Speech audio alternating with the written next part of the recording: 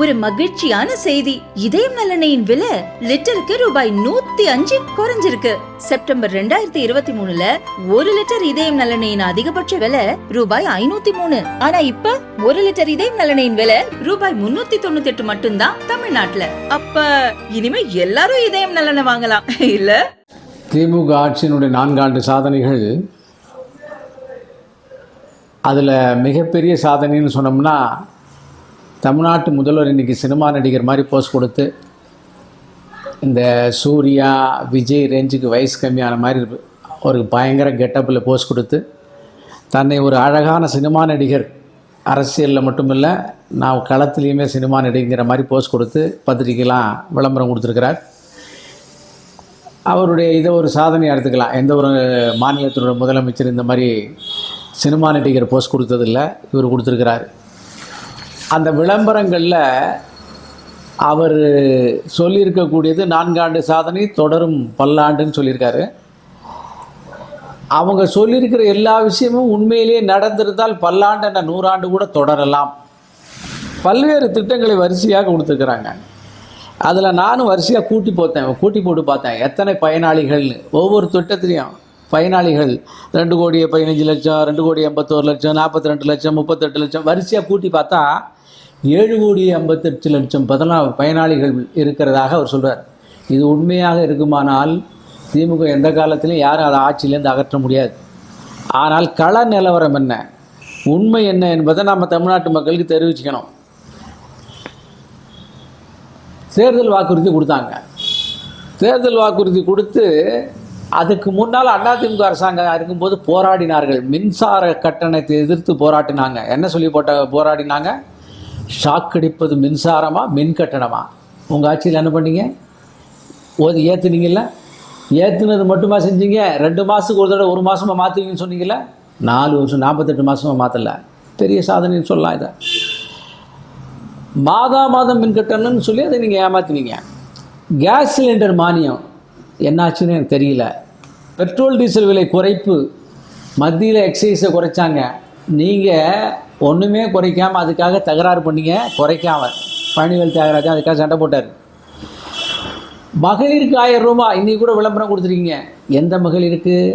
தேர்ந்தெடுக்கப்பட்ட மகளிருக்கு. யாரால் தேர்ந்தெடுக்கப்பட்ட மகளிருக்கு? உங்களால். அவங்க யார்? திமுக குடும்ப மகளிரா? இருக்கலாம். கூட்டுறவு வங்கிகளுடைய நகை கடன் தள்ளுபடி.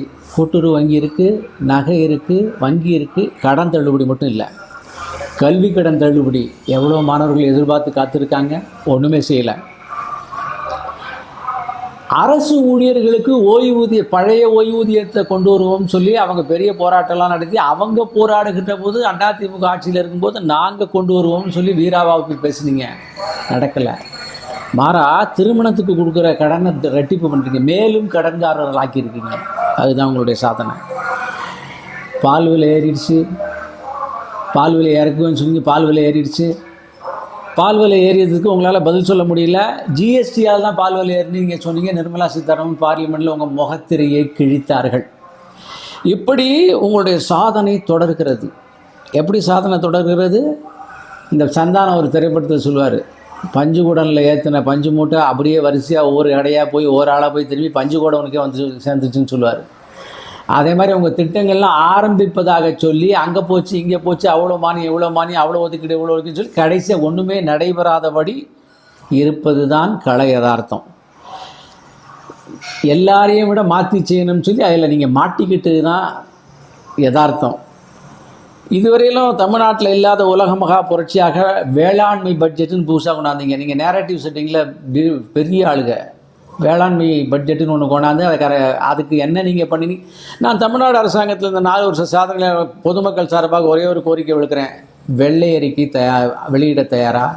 வேளாண்மை பட்ஜெட்டுன்னு ஒன்று போட்டு வேளாண்மை விவசாயிகளை ஏமாற்றினீர்களே, எவ்வளவு தூரம் கொடுத்தீங்க, எவ்வளோ ஏமாற்றினீங்களோ மக்கள் முன்னால் நீங்கள் சொல்ல தயாராக இருக்கீங்களான்னு நான் உங்களை கேட்குறேன்.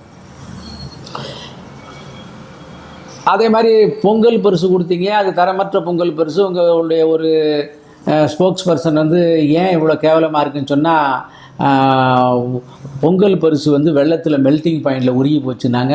உங்களுடைய முதல்வர் கூட தரமற்ற பொங்கல் பரிசு, அதை நாங்கள் கவனிக்கிறோம்னு சொல்லக்கூடிய லெவலுக்கு உங்களுடைய மக்களுக்கு கொடுக்குற பணம் இருக்குது. சிங்கார சின்ன 2.0ன்னு சொல்லி வெள்ளத்தடுப்புன்னு சொல்லி அதுக்கு ஒரு 4,000 சொச்சம் கோடி ரூபாய் ஒதுக்கினீங்க.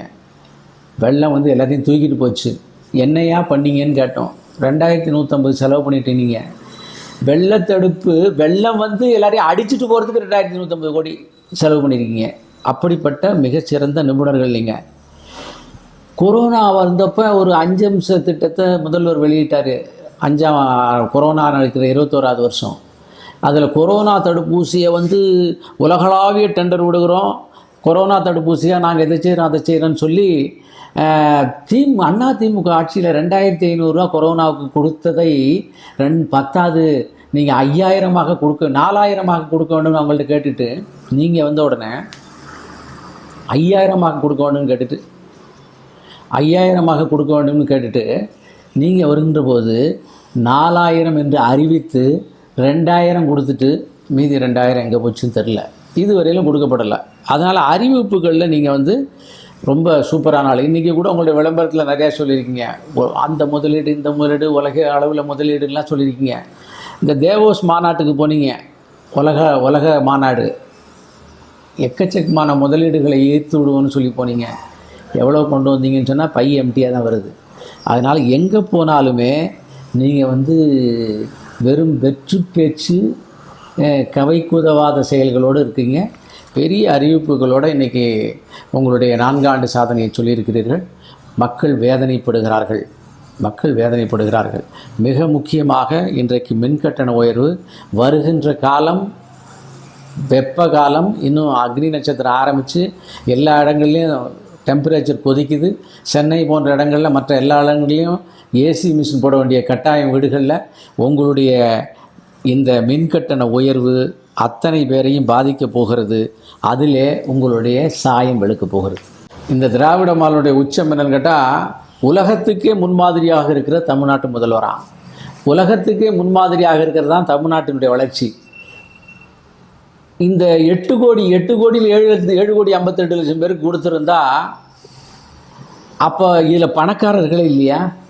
இதில் வசதி உள்ளவர்களே இல்லையா? இதில் இந்த திட்டத்தில் வந்து பயன்பெறுவதற்கு தகுதி இல்லாதவர்களே இல்லையா? அதனால் இதே மாதிரி சொல்வது திராவிட மாடலினுடைய உச்சம். அப்படி சொல்லி மக்களை ஏமாற்றுகிறார்கள். திராவிட முன்னேற்ற கழகம் தேர்தல் அறிக்கையிலே பெரிய அனாலிசிஸ் செய்து தமிழ்நாட்டினுடைய கடன் 6 லட்சம் கோடி ரூபாய் இருக்கிறது. அந்த 6 லட்சம் கோடியை நாங்கள் வருகின்ற போது பல்வேறு திட்டங்களை எல்லாம் செய்து தமிழ்நாடு அரசாங்கத்தை லாபத்தில் ஏற்றி இந்த கடனை திருப்பி அடைப்போம் என்றெல்லாம் சொன்னார்கள். ஆனால் இந்த அரசாங்கத்தினுடைய மொத்த பார்வையை நான் தமிழ்நாட்டு மக்கள் எடுத்துகிட்டு போகிறேன். ஒவ்வொரு திட்டமாக சொல்லி இந்த திட்டத்தில் இவர்கள் தோல்வி அடைந்திருக்கிறார்கள், ஏமாற்றி இருக்கிறார்கள், பொய் சொல்லி இருக்கிறார்கள், மக்களுக்கு செய்யவில்லை என்று தனித்தனியாக நான் எடுத்து சொல்ல வேண்டிய அவசியமில்லை. ஒரே ஒரு விஷயத்தை மட்டும் சொல்லி இவர்கள் எப்படிப்பட்டவர்கள் என்பதை தமிழ்நாட்டு மக்கள் புரிந்து கொள்ளட்டும். 6 லட்சம் கோடியாக இவங்களுடைய அனாலிசிஸ் கடன். ஆனால் உண்மையிலேயே இவர்கள் பதவியேற்கின்ற போது அரசாங்கத்தின் உண்மையான கடன் 4.5 லட்சம் கோடி, 4.5 லட்சம் கோடி, கிட்டத்தட்ட 1.5 லட்சம் கோடி அதிகமாக இவர்கள் சொன்னார்கள். ஆனால் உண்மையிலே நிலைமை என்ன? இப்போது அதே அளவுக்கு 4 ஆண்டு காலத்தில் 4.5 லட்சம் கோடி எக்ஸ்ட்ரா வாங்கி 9 லட்சம் கோடியாக தமிழ்நாட்டின் கடன் இருக்கிறது. இதுதான் வளர்ச்சி பாதை. இதுதான் இந்தியாவின் முதல் இடத்திலே இருக்கக்கூடிய தமிழகம். கடனிலே முதல் இடத்திலே, சாராயத்திலே முதலிடத்திலே, வாக்குறுதிகளை சொல்லி அதை செய்யாமல் இருப்பதிலே முதலிடத்திலே. அதில் எல்லாருக்கும் தெரிஞ்ச மாதிரி ஒரு வாக்குறுதியை சொல்கிறேன். நீட்டை ஒழிக்கின்ற ரகசியம் எங்களுக்கு தெரியும், சொன்னவர் துணை முதல்வர். அதை எல்லா மந்திரிகளும் முன்மொழிந்து வழிந்தார்கள். இப்போ நீட்டை ஒழிக்கிற ரகசியமே தெரியல. ஆக நிதி மேலாண்மையிலே இந்த அரசாங்கம் மிகப்பெரிய தோல்வி அடைந்திருக்கிறது. நான் ஒரு பேச்சுக்காக கேட்குறேன். 9 லட்சம் கோடி வாங்கி கடன் 4.5 லட்சம் கோடி எக்ஸ்ட்ரா வாங்கி நீங்கள் என் பயனாளிகளுடைய எண்ணிக்கை நீங்கள் போட்டு இருப்பது உண்மையானால் அது தமிழகம் தங்க பூமியாக, வைர பூமியாக மின்னி இருக்க வேண்டும். ஆனால் இன்றைக்கும் வறுமை, இன்றைக்கும் பல்வேறு இடங்களில் மக்கள் போராட்டம், விவசாயிகள் போராட்டம், அரசு ஊழியர்கள் போராட்டம்லாம் இருக்குது. ஆகவே அதில் இன்னொரு கேள்வி, ஒரு சாதாரண மனிதனாக நான் தமிழ்நாடு அரசாங்கத்தை கேட்குறேன். 4.5 லட்சம் கோடி நீங்கள் கடனே வாங்கியிருக்க வேண்டாம், 4.5 லட்சம் கோடிக்கு பதிலாக 6 லட்சம் கோடி சர்ப்ளஸ்ன்னு சொல்லி அதில் 1.5 லட்சம் கோடி 6 லட்சம் கோடியாக நீங்கள் பண்ண அனாலிசிஸ் 4.5 லட்சம் கோடியாக உண்மையில் இருக்கின்ற போது 1.5 லட்சம் கோடி உங்களுக்கு சர்ப்ளஸ் தானே ரியலாக நீங்கள் அரசாங்கத்தை எடுக்கின்ற போது இருந்திருக்கும். அந்த 1.5 லட்சம் கோடிக்கு கூட உங்களால் மக்களுக்கு நன்மை செய்ய முடியவில்லையே. எனவே இந்தியாவினுடைய மிகப்பெரிய பொருளாதாரத்தை இன்றைக்கு கேரளா அனுபவித்துக் கொண்டிருக்கிறது. கம்யூனிஸ்ட் அரசாங்கம், பாஜகவும் கம்யூனிஸ்டுகளும் நேரடியாக எந்த உறவையும் வைத்துக் கொள்ள முடியாத சித்தாந்த ரீதியான எதிரிகள். ஆனால் கேரளாவுடைய பினராயி விஜயன் விழுங்கியம் துறைமுகத்தை பெற்று ஒரு மிகப்பெரிய அளவிலே இந்தியாவின் கிட்டத்தட்ட 40 நகரங்களை இணைக்கின்ற அந்த துறைமுகத்தை பெற்றிருக்கிறார். ஆனால் நீங்கள் என்ன பண்ணியிருக்கீங்க? தமிழ்நாட்டில் சட்டமன்றத்தில் ஒரு விஷயம் சொல்லுவாங்க, இன்றைக்கி 110 பக்கம் கொண்ட உங்களுடைய சாதனைகளை வெளியிட்டு இருக்கிறீர்கள். தமிழ்நாடுடைய சட்டமன்றத்தில் 110வது விதியின் கீழ் பேசுகிறேன் என்று அமைச்சர்கள் எப்போ வேணாலும் எழுந்திரிச்சு பேசலாம். அதுக்கு சட்டம் கிடையாது, ஒழுங்கு கிடையாது, ரெஸ்ட்ரிக்ஷன் கிடையாது, சபாநாயகருடைய தடுப்பு கிடையாது. நீங்கள் பேசுகின்ற விவரங்களை உண்மையா பொய்யா என்று பார்ப்பதற்கு கூட பேசி முடிச்சோன்னு தான் முடியும். அப்படி 110 விதியை நீங்கள் பயன்படுத்துகிற மாதிரி 110 பக்கத்தில் இப்போ பண்ணியிருக்கீங்க. உங்கள் சாதனைகளெல்லாம் இப்போ 110 பக்கத்துக்கு மேலே எல்லா பத்திரிகைகளையும் கொடுத்துருக்கீங்க. இதை தவிர ஒன்றும் செய்யவில்லை.